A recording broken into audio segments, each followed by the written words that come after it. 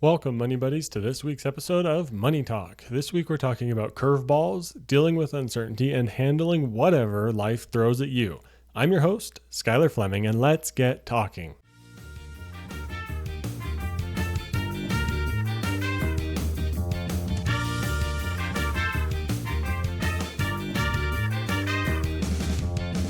I am so pumped for today's conversation. We're diving into something that we all face but rarely talk about openly. Life's curveballs, these challenges, and as we're going to call them today, blobs.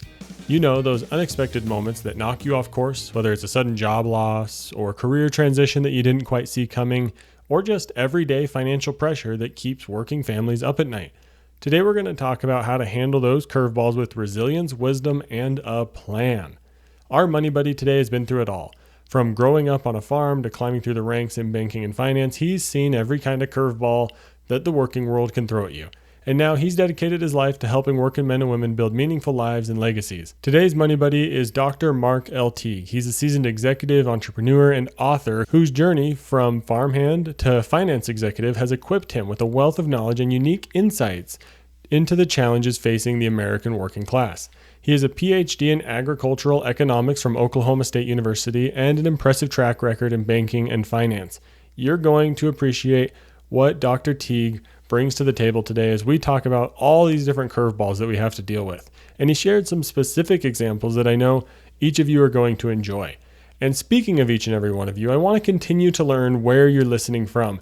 I got a couple more listeners to shout out today. Shout out to those of you listening in Brisbane, Australia, and Rexburg, Idaho. I appreciate whether you're listening all the way across the world or if you're listening within the same state as me. It's awesome to see where each of you are listening from. And if you have any questions or want to reach out and let me know where you're listening from, please send me an email. The link is in the show notes. But let's get back to this week's money talking points. The first one is, how do you handle unexpected career or life transitions? The second one is, what role does resilience play in financial success? And the third one is, how can working class families build a meaningful legacy? With those money talking points in mind, let's get talking and welcome Mark to the show. Thank you for having me. Yeah, this is going to be an exciting conversation today. We're talking about those curveballs that we all get thrown. We all have to deal with those things that really take us off our planned path, because if life was just perfectly planned and easy, well, maybe it'd be a little bit boring. So maybe we should enjoy these curveballs. But Mark, let's start off with some of these money talking points. These are what I like to call simple conversation starters for our audience to take to family and friends and just maybe talk about the episode. So let's start off with this first one. How do you handle unexpected career or life transitions? Man, I would like to paint a word picture for your audience, Skylar. When life brings those unexpected things to you, it's like a blob. It just plops in your lap. It's undefined, it's shifting, changing. It's hard to get a handle on it. And if I could say anything to your audience, it would be this. As soon as that happens, what you need to do is go back to problem solving 101. Put a frame around that blob. Frame it. You're going to work against the frame, not against the blob. If you work against the blob, you have no idea what to do. If you work against that rational, logical frame, now you can make progress. And that's the master art of problem solving. When the blob hits, put a frame around it and go to work. You learn with experience as you build skills, and you must be a person of principle. That person of principle has a toolbox. You're going to pull from that toolbox, put a frame around that problem, and go to work on it. That's quite important. If you don't do that, it's just going to run right over you. Yeah. If you do that, you have a chance to solve it. First question, we're already hitting home runs. And I've heard of that sort of idea before about putting your problems in a bit of a perspective, but I really like the idea of a blob and a frame. You know, the saying is life gives you lemons, but often it gives you blobs, and you don't really know what to do with them. I like that picture that it's painting here. But this is a money show. We love talking about money here. How does this resilience or this framework that you work on play a role in being successful financially? Well, resiliency, it's hard to overstate how important that is. As you say, we'll talk specifically about financial issues. You must be resilient. You must have a particular type of problem solving. So in general, it is that blob versus frame approach. If you get down to particular categories like financial, that's going to narrow the window. You have a particular set of tools, a particular frame you're going to put around that. And one thing you must have is risk management. Mm-hmm. You need to have a notion of what you're going to do to manage the downside of any investment that you're going into. For general investing, the very first question you ask is timeframes. How long will I be in this investment? You ask that right up front, and that's going to guide you as to how you build a risk management plan to handle the ups and downs of the variability that you face. Yeah, and right there, that time frame, that's one of those frames. I mean, it has frame in the word, but that's one of those things you can box that blob in with, saying, here's money I need to invest. Now, what do I do with it? It can be messy at first because it feels like it's going to go all over the place. Maybe you're worried about taxes, you're worried about stock market volatility, but putting these ideas and frameworks around it is certainly, I mean, we're just getting started and already super helpful for everyone. Yes, sir. Back to the basics. Yes, that's a simple way to keep it. You talk about working class families, and so often now it feels like everyone has to work even harder and try even more to build something meaningful. How can these families that you're working with build meaningful legacies? There are many things. Let me start with the most important. I have a passion for the American working class family. We are a working class nation. When the working class does well, our nation does well. When the working class struggles, our nation struggles. To every working class family, what's your foundation? What do you stand on? You need to think very carefully about that, because that is going to determine how well you weather difficulty. What is your foundation? What do you stand on? And one thing that needs to be prominent in that foundation is accepting life for what it is. It is a series of problems coming your way. If you accept that, now you're going to start building skills and tactics to be successful at solving those. We have a growing divide in our nation today. Those that accept life as that, as defined, it's a series of problems coming my way. Well, you're a serious person. You're a serious family. You can be worked with. You can be relied upon. We have another group that's growing, and they tend to be pretty loud. They think they're too good for that. They think that's beneath them. I shouldn't be hassled with those kinds of problems. And when they come, they're somebody else's fault. Well, there's a deep immaturity to that. It makes you unreliable. If you think that way, and a lot of people do, you're a child. You're not prepared for life as it comes. So I would say that is bedrock foundation number one. Do you accept life for what it is? It's a series of problems. Now you can buckle down and get serious about it. And I would say something else to married families. In my book, I caught up on all the latest social statistics, social science surveys and studies. And the stats have caught up to old-fashioned values. Do you want to have more wealth? Get married and stay married. Mm-hmm. Do you want to have better health? Get married and stay married. Do you want to be happier, have more contentment? Get married and stay married. There is a marriage gap that's growing. Those that make that commitment, they stick with it, they work through things, they end up in a much better place than those that don't even try, those that try to trash it from the beginning, those that treat marriage as a toy, as something to play with. If you'll get serious about those commitments, you'll do better in every area of life without question. Facts are clear. Yeah, and there's some key foundational things that if you just hold on to those, problem solving can be extremely fun. And so if you come at it with a perspective of this is going to be fun, I'm going to enjoy these blobs that are thrown my way. But if you're prepared for them and you have that framework and foundation in place, things get a lot easier. Dealing with those problems isn't a huge challenge. You see it coming or you don't see it coming, but either way, you're able to take it and run with it. Yeah. I want to point something out, Skylar, to your audience. With what you just said, you and I just met, but I know I'm talking to a man that has a serious mind. Mm-hmm. I could partner with you to get things done. That's a serious approach. We have too many people that think that they're too good for that. That's unfortunate. But what you just said is a key in life. If you embrace that, you take life for what it is, you can get something done. If you want life to be easy, well, life is going to roll right over you. It's going to have you for lunch. So, the blobs are coming. What are you going to do with it? They're headed your way. Some you'll see, some you won't. They're going to find you. What are you going to do about it? Yeah, that's a great perspective to have. And I hope that's motivating for everyone listening, is saying you can solve these problems. They don't have to just run you over. You can figure this out and do it. That's exactly right. Start there. Yeah. Now you get down to a particular problem, there are specific skills, but if you're serious about life itself, you will find those skills. You will discover them, and you will use them. Yeah. And I hope for the audience there that those money talking points that we just discussed, those can be a great way for you to sit down and talk about, hey, how do you handle life's curveballs? How do you adjust? How do you think of this framework perspective that I heard on this podcast episode? So I hope everyone takes what we just talked about and goes and shares it and has a money talk with a friend. But I do want to get a little bit more into you, Mark, and hear your journey and your story. Yes. What's one of the biggest Yes, sir. curveballs that you've dealt with? What's that big blob that you've had to put a frame around? Well, there are two big ones. The first one was Melissa and I grew up together. We had a very traditional American background. We grew up in the farm and ranch setting in the Texas Panhandle, and we have a picture of me attending her second birthday party. We grew up together and were high school sweethearts and got married right out of high school for her, college for me. We started a family right away. At that point in time, the mid-'80s, we married in 1986, so the farm economy was difficult. Cash flow was very tight. That was a great challenge. As all of your listeners, if they don't know it now, they will soon realize it's hard to have a home without a livelihood. If that livelihood is shrinking, that brings a great deal of pressure. We didn't expect that, but that was the economic environment at the time in production agriculture. So we focused on problem solving and decided to go to graduate school. That's where I earned a doctorate in agriculture economics. I joined the banking and finance industry, and that was a great change for us. It was a huge curveball. We never expected to leave home. We wound up living all across the country. Melissa asked me, she said, promise me you won't move me to a big city. Well, Chicago, Houston, Phoenix, Minneapolis, we hit most of them. I did keep her out of Los Angeles and Manhattan.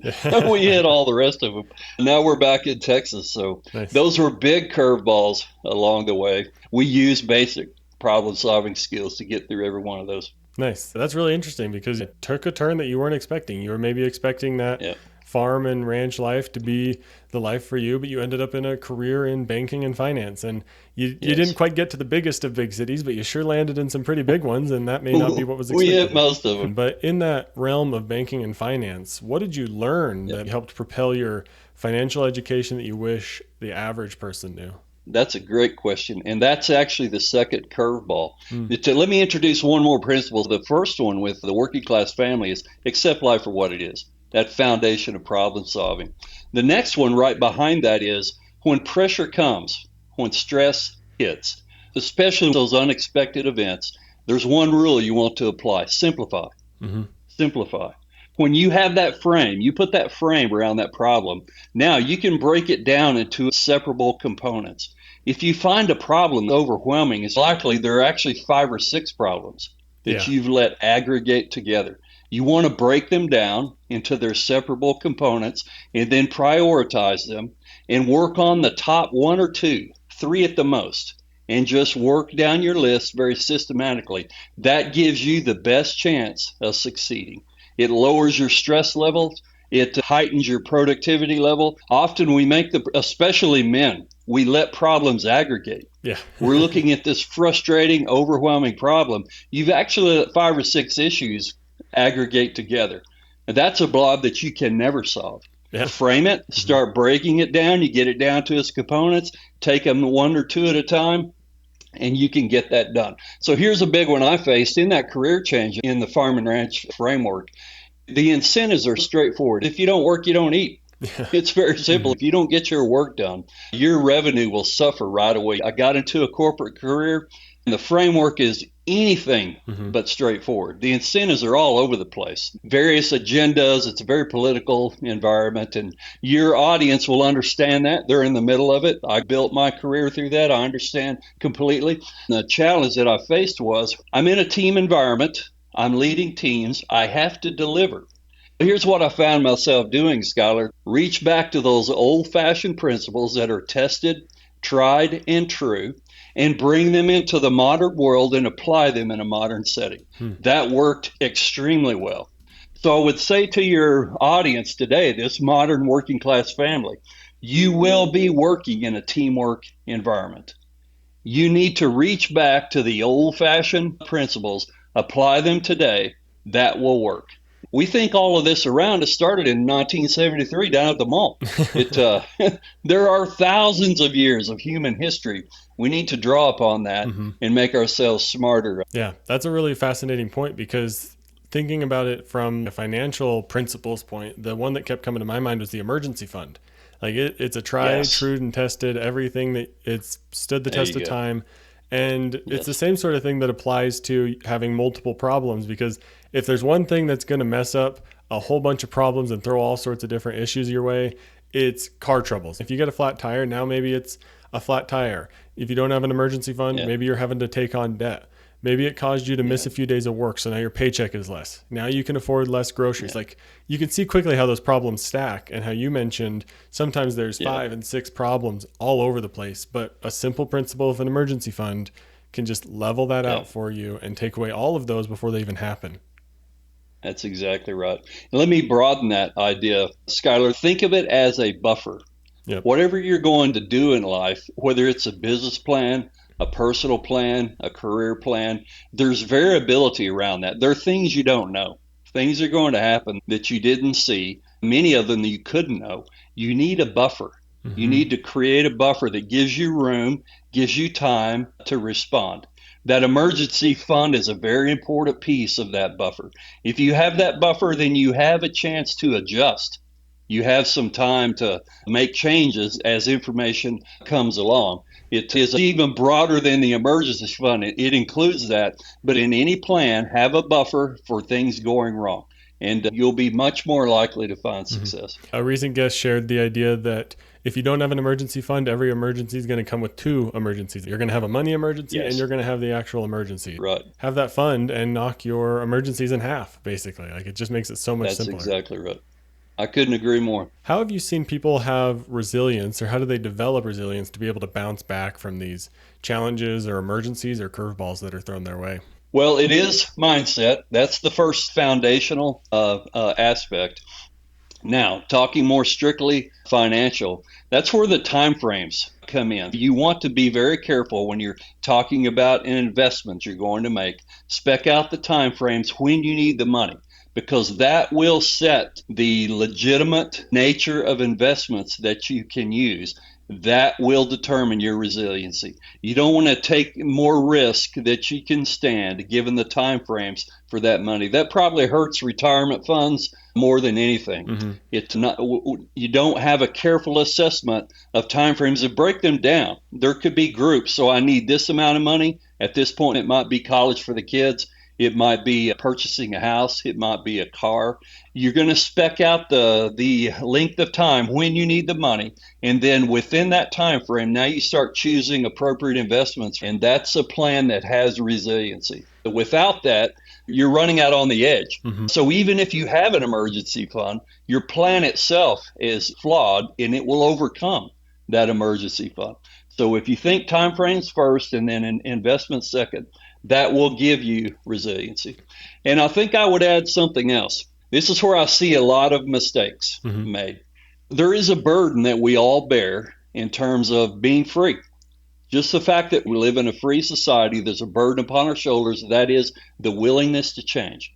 Mm. You need to take that seriously. We would like to find success as long as it's within the parameters of what I'm already doing, where I already rest. You need to understand when you're thinking about what to do to produce an income, to get cash flow, how I'm going to build a career. You need to understand that there are some 262 million consumers in the United States. They have a vote. They have a say. And that's what I was even thinking right there, is if you accept it as a challenge that's going to come your way, that there will be Yes. change, because like you mentioned, people vote with their wallets. So if money's not coming your way Yes. because of what you're trying to produce, whether it's a standard W-2 job and maybe money's not coming your way, maybe there's something you need to change about the way your Yes. career's working. And if you're willing to do Yes. that, then that's when resilience comes into play. I like the piece Yes. you talked about timeframes, because maybe your emergency fund is a buffer to get you through a 1-year time frame where you need to realign your career. There's different ways you can look at how you're investing, whether it's a traditional stock investment or it's an investment in your time in education. Like, there's all sorts of There you different go. avenues you can go with that. That's where you get into detailed discussions on financial status and what the specific steps are. Over the course of my career and all the interactions that I've had with folks, the fundamentals get dismissed. You want to go back to the fundamentals, the mindset, the thinking about how I'm going to plan this out. And then your plan will work.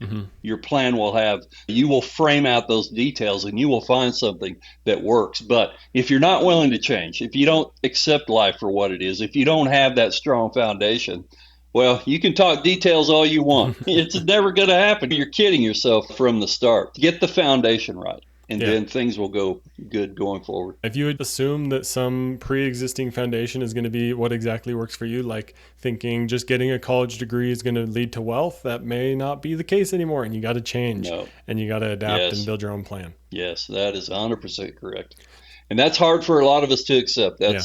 But you're not the only one making the choice. The consumer determines value. Yeah, so just keep being willing to change. And in the same vein with the American working class and these people that you love to champion and get behind, what are some of the biggest curveballs they're facing in today's economy and in today's career landscape with their money and their jobs? Well, I'm going to address one that's in relation to public policy, Skylar, and it's hit us all hard for a few years now. We're getting a little on the backside of it, but we need to learn something, and that is inflation.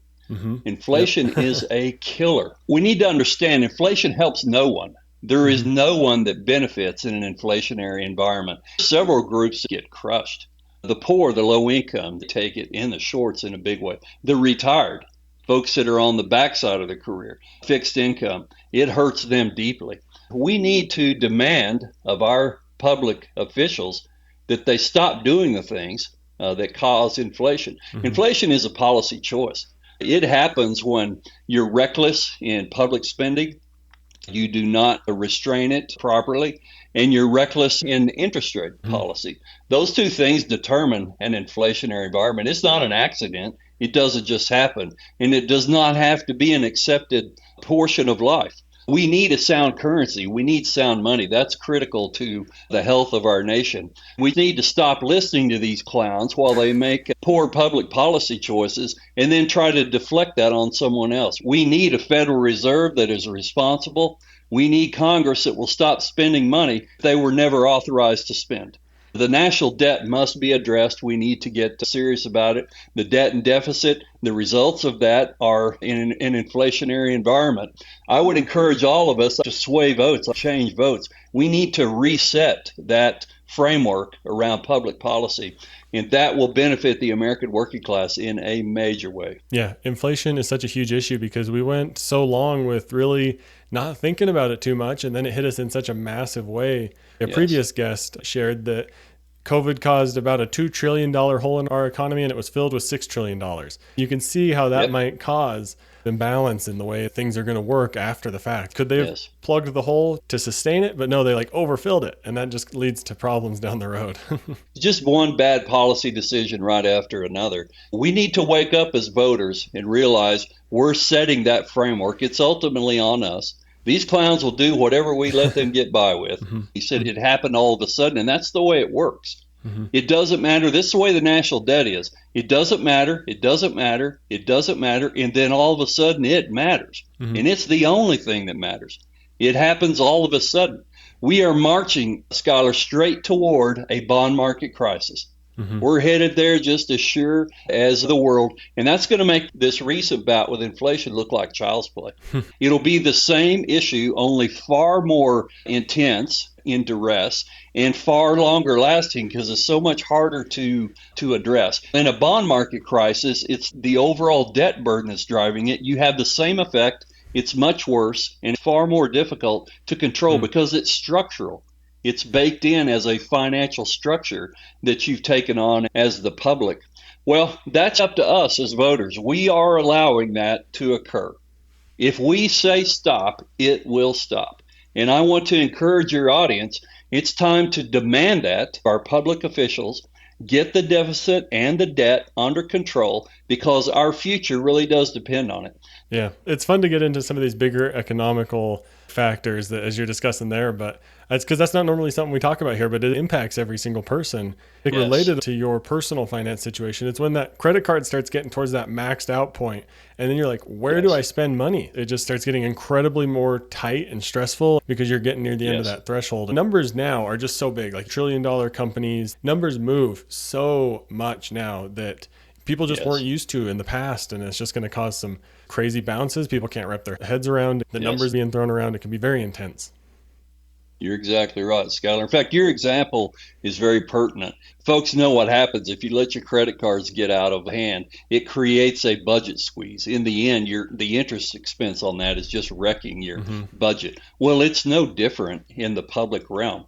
The interest expense off our national debt is now the second largest item in the entire federal budget. It's larger than national defense. Wow. Here's what can happen, a very visceral point for all of us to understand. We can reach a point where the federal government cannot make payroll. So just think that over and what that means. The largest employer in the country, one of the largest, they can't make payroll. That's what we're stepping toward. It's time to take that seriously. Yeah. There's no need to, we talk about the blobs and the problems coming our way. Well, you need to understand that. But if you start creating your own blobs, stop being stupid. Have a plan. Get one. Work that plan. Well, as a nation, we're marching toward a bond market crisis. It will be catastrophic. It will hurt this country like nothing we've seen. Start voting like that matters. Start demanding of your politicians that we need sound public policy, because that plan you're making for your family, it's happening in an environment. It's happening inside of a policy environment. You want that environment in your favor. Tell your politicians they better start acting that way. Well, Mark, you made at least one person much more aware of this issue, so I'm hoping that it translates to our audience as well. Thank you for coming on. We're heading towards the end here. A couple of questions that I'm going to follow up with our audience after the episode and after the interview, but I want to make sure they get to know where they can find you. How can people connect with you if they wanted to learn more about what you like to talk about? How can they find you? Thank you very much. Well, let's look to the book to begin with, A Working Man's Guide. And the best place to go is to the website. It's the title on the book. Just drop the apostrophe, aworkingmansguide.com. Nice. And you'll get a ton of information there. Great. We'll have a link to the website in the show notes, and then people can find you from there. One final question I like to ask all of our guests is, what's one thing you wish you would have known sooner in this realm that we talked about today with handling these curveballs that get thrown at us? Those basics of problem solving, which are don't address the blob, address the frame. So when that blob hits you, put a frame around it, go to work, and simplify. Don't let problems aggregate, break them down. I wish I had been more aggressive about that at a younger age. It would have served me very well. And I would encourage your audience, wherever you are right now, assess. Do I make practice of that? Is that a habit of mine? When that blob hits my door, frame it and go to work on the frame. Once I understood that, I did it faithfully every time, and I wish I'd started a few years before. So I encourage your audience with that. Yeah. Mark, this has been fantastic. We talked a lot more about blobs than I thought we would, but it was a great conversation, and really it's going to help people frame so many of those other problems coming at their lives and help them think about how they can handle those curveballs. Mark, thank you so much for coming on. Yes, sir. It's a pleasure. It's good to be here. Thank you, Skylar.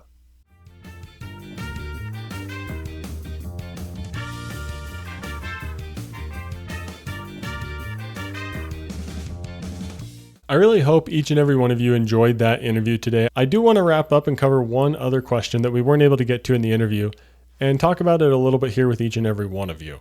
That question was going to be, how can families balance the immediate financial pressure of life with building long-term wealth and security? Well, one of the main things that you need to do is start with your essentials. There is so much pressure coming at us to go above and beyond our means. But if you're feeling that strain and that pressure, consider just starting with the essentials like housing, food, utilities, transportation. Focus on those things before you start thinking about building long-term wealth, and you can get that pressure completely off your plate. You can get things like housing and food under control to a point where you don't really have to worry about them month to month. You know your meal plan is going to work. You know that your rent or your mortgage payment is affordable. And then here's a big one that I love to talk about, and I know you probably hear me drop little nuggets in this vein here and there. Transportation. Get away from having to drive everywhere. An e-bike is a phenomenal alternative for really everybody out there. And here's the great thing.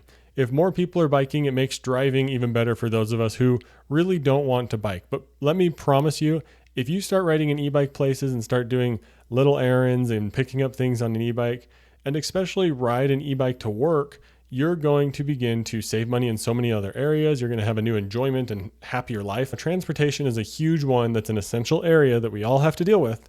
And if you can cut costs in transportation by riding an e-bike, it's going to relieve that pressure in some very big ways. And we also talked about this one in the episode itself, but an emergency fund. I want to bring it up again because even a small amount saved regularly can create that financial buffer that we talked about. And it's going to allow you to handle those curveballs without derailing your long-term goals. Because once you get to a point where you are able to start building that long-term wealth and security, the last thing you want is for something simple like a flat tire to completely derail it, make you sell your investments, take an early withdrawal penalty from an IRA, all over a flat tire. Don't make it so that you have to do something like that. Now, once some of the initial pressures that we were just talking about are relieved, you can begin to automate things. Automate things like your 401k match. Take advantage of employer benefits. Automate things like an IRA contribution or a taxable brokerage account contribution. Make these things happen in the background so that when you're 10 and 20 years down the road, you're like, oh man, I forgot that I set up this automatic retirement contribution and I am so glad that I did it. And then two more things that kind of go hand in hand is incremental process and lifestyle creep. You want to make sure your savings and your ability to save money, that is growing incrementally. You want to make sure that your lifestyle is not growing incrementally because lifestyle inflation, I think, is the potential number one killer, maybe outside of credit card debt, in terms of things that are going to derail your financial future. You need to resist the temptation to spend more, especially as your income increases. Instead, redirect those raises and bonuses towards savings and retirement. This can be a great place to make sure you're staying in line. And here's a tip. If you do a monthly budget, which I recommend everyone at least get started with or try it out, consider how you could budget on less than your income. Say you make $6,700 a month, budget on $6,000 and give it a shot, and your lifestyle will adjust and you're going to be able to make it work. We talked about in the episode with Mark about having a plan. Having a realistic budget that doesn't set you up for failure helps make money so much easier for the working family that already has so much else going on in their life. If you can set up a budget that isn't going to set you up to fail by making you think you need to only spend $3,000 a month or whatever, that's just completely unrealistic. If you set yourself up to succeed from the get-go, it's going to make managing money a whole lot easier. You can make informed decisions and set up guardrails and build a budget that is going to actually work for you and balances that pressure versus that want to save for the future. And now here's a quick little plug about financial education. This can also be huge towards balancing the pressures of life. Consider maybe working with a coach or just listening to more financial podcasts because there's so much great advice out there. But honestly, working with a professional is going to help you more than you realize because someone like me, I can help take these pressures off of your mind, help you stop thinking about them so much, and help you put a plan in place that's going to put guardrails up for you and that's going to help you make decisions in the future with so much more ease. And also remember your why. I just recently did an episode on financial planning for young adults, my brand new podcast that you should go check out. Link is in the show notes. I did an episode over there about finding and crafting your financial why.